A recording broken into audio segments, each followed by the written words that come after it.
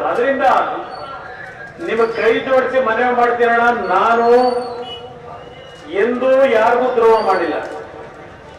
ಬೆಳೆಸಿದಿರಿ ನನ್ನನ್ನು, ನೀವು ನನ್ನನ್ನು ಉಳಿಸ್ಕೊಂಡ್ರೆ ಈ ಚುನಾವಣೆಯಲ್ಲಿ ರಾಜ್ಯಕ್ಕೆ ರಾಷ್ಟ್ರಕ್ಕೆ ಲಕ್ಷಾಂತರ ಕುಟುಂಬಗಳಿಗೆ ಅನುಕೂಲ ಆಗ್ತಕ್ಕಂಥದ್ದಕ್ಕೆ ಒಂದು ಶಕ್ತಿ ನನಗೆ ಕೊಟ್ಟಾಗ, ನನಗಲ್ಲ, ನನಗೆ 3 ಬಾರಿ ನನಗೆ ವಾಲ್ವ್ ರಿಪ್ಲೇಸ್ಮೆಂಟ್ ಆಗಿದೆ.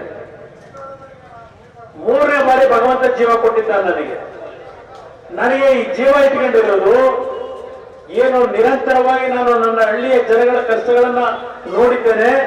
5 ವರ್ಷದ ಸರ್ಕಾರವನ್ನ ಸ್ಥಾಪನೆ ಮಾಡಿ ನನ್ನ ಹಳ್ಳಿಯ ಜನತೆಯ ಬದುಕನ್ನು ಸರಿಪಡಿಸಲಿಕ್ಕೆ ನನ್ನದೇ ಆದಂತಹ ಕಾರ್ಯಕ್ರಮ ಇಟ್ಕೊಂಡಿದ್ದೇನೆ. ಮಕ್ಕಳಿಗೆ ಒಳ್ಳೆಯ ಒಂದು ವಿದ್ಯೆ, ಒಳ್ಳೆಯ ಕೆಲಸ, ಒಳ್ಳೆ ಆಸ್ಪತ್ರೆ. ಈ ಕಿಲೂರಿನ ಆಸ್ಪತ್ರೆ ಬಗ್ಗೆ ಇಲ್ಲಿ ನಮ್ಮ ಕೃಷ್ಣ ಅವರು ಹೇಳ್ತಾ ಇದ್ರು, ಡಾಕ್ಟರ್ಗಳಿಲ್ಲ ಅಂತ ಹೇಳಿ. ಡಾಕ್ಟರ್ಗಳಿಲ್ಲ, ದಯವಿಟ್ಟು ಡಾಕ್ಟರ್ ವ್ಯವಸ್ಥೆ ಮಾಡಿ.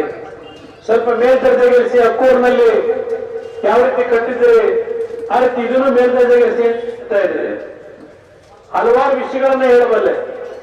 ಆದ್ರೆ ಒಂದು ಸಾರಿಗೆ ಬಸ್ಗಳು ಸಮಸ್ಯೆನೂ ಹೇಳ್ತಾ ಇದ್ರು, ಕೆಪಿ ಸಮಸ್ಯೆ ಹೇಳ್ತಾ ಇದ್ದಾರೆ.